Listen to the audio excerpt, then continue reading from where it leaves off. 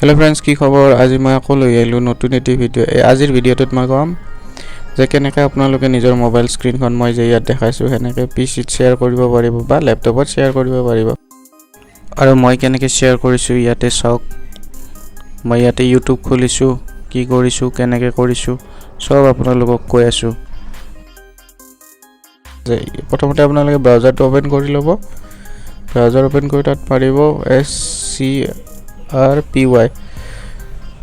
SCRPY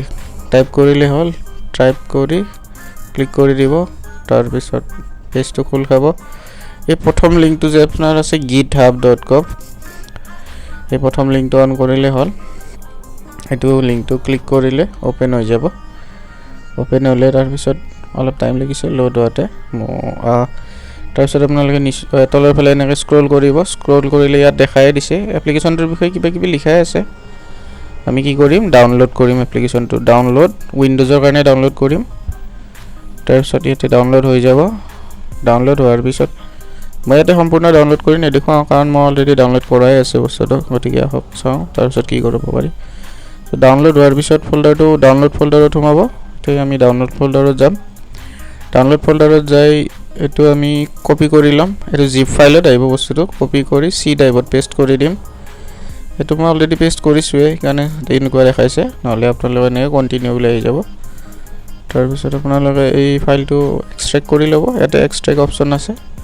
এক্সট্ৰাক্ট কৰি ললে হল এক্সট্ৰাক্ট কৰি লৈ জিপ ফাইলটো এই যেটো জিপ ফাইল আছে ইয়াতে এটো ডিলিট কৰি দিলে হল এটো মই ডিলিট কৰি দিও এটা ডিলিট কৰি দিলে আমি তাৰপিছত যেটো এক্সট্ৰাক্ট ফাইল কৰাৰ পিছত এটা ফোল্ডাৰ ক্ৰিয়েট হৈছে এই ফোল্ডাৰটো ভিতৰত যাও এই যে SCRPY বুলি লিখা আছে ইয়াত ৰাইট ক্লিক কৰি সেন্ড টু ডেস্কটপ কৰি দিলো অৰ্থাৎ ডেস্কটপত শৰ্টকাট এটা ক্ৰিয়েট হৈ গল সেন্ড টু ডেস্কটপ কৰাৰ লগে লগে এতিয়া আমি এই শৰ্টকাটটো পিছত আমাৰ কামত আহিব তাৰ পিছত আমি কি কৰিব লাগিব फ्रेंड्स USB কেবল ডাল মোবাইলত লগাই দিব লাগিব আৰু আনটো মোৰ ল্যাপটপত বা কম্পিউটাৰত লগাই দিলে হল এনেকৈ মই যে দেখালো এটা তাৰ পিছত মোবাইল স্ক্ৰিনত যাব লাগিব মোবাইল স্ক্ৰিনত যাই সেটিংছত যায়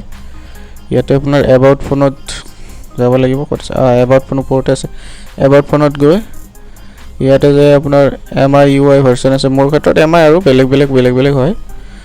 বেলেগ মোবাইলৰ ক্ষেত্ৰত তো MIUI এটা 4-5 বাৰ মান ট্যাপ কৰি দিব তাৰপিছত ডেভেলপাৰ মোড অন হৈ যাব মোৰ ইয়াতে লিখিছে মোৰ অলৰেডি তাৰমানে ডেভেলপ মোড অন কৰাই আছে গতিকে নো নিড বুলি দেখাইছে ইয়াতে তাৰ পিছত আপোনালোকে যাব এডিশনাল সেটিংস ডেভেলপাৰ অপচনত যাই পেলাই তলৰ ফালে স্ক্ৰল কৰিলে দেখা পাব USB ডিবাগিং বুলি এটা অপচন আহিব ইয়াতে এইটো USB ডিবাগিং এটা অন কৰি দিলে হল ওকে কৰি দিয়ক তাৰ পিছত মোবাইলৰ কাম এখিনিতে সমাপ্ত আৰু ইয়াৰে পিছত যাব লাগিব আমি পিচিৰ স্ক্ৰিনত যাই এই এপ্লিকেশনটো শৰ্টকাটটো যে ক্ৰিয়েট কৰি থৈছিলো আমি এটো আমি ৰান কৰি দিম ডাইৰেক্টলি ডাবল ক্লিক কৰি অলপ কিবা কিবি লিখা আছে আহি গল স্ক্ৰিনখন দেখিছেনে বন্ধুসকল কিমান সুন্দৰকৈ স্ক্ৰিনখন আমি শেয়াৰ কৰিব পাৰো আৰু স্ক্ৰিন শেয়াৰ কৰিটো কি লাভ আছে কিনো হ'ব স্ক্ৰিন শেয়াৰ কৰিব পাৰিলে চাওক আপোনালোকে ভাবি চাওক এখন স্ক্ৰিন শেয়াৰ কৰিব পৰা মানে কিমান মানে সুবিধা আপোনালোকে সবটো হয়তো Netflix Hotstar Amazon Prime এইবিলাকটো চাই থাকে ন তে ডাঙৰ স্ক্ৰিনত চাব পাৰিব স্ক্ৰিনখন শেয়াৰ কৰিলে যদি ভিডিওটো ভাল লাগিছে তেনেহলে এটা লাইক মাৰি দিব আৰু সুন্দৰ কমেন্ট এটা কৰি দিব আৰু ভৱিষ্যতেও এনেকুৱা ধৰণৰ কামৰ ভিডিও চাবৰ কাৰণে মোৰ চেনেলটো সাবস্ক্ৰাইব কৰি দিব বাই বাই বন্ধুসকল